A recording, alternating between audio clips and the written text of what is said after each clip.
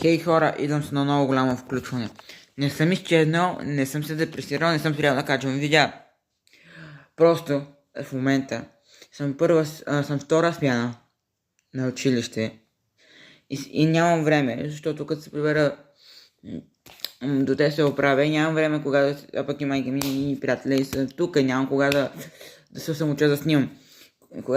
Най-вероятно след месец, като стана първа смяна, ще почнат по-редовни видеа, защото се прибирам 4 часа примерно и ще имам адски много време. Но до тогава нищо не обещавам. Но вие стойте в канала, защото скоро излиза ново видео. Аз ви го гарантирам, но не ви го завещавам. През това време напишете долу в коментарите под това нещо какво правите вие в момента и как сте. И благодаря за всички абонати, гледания и което съм имал и сега и през живота.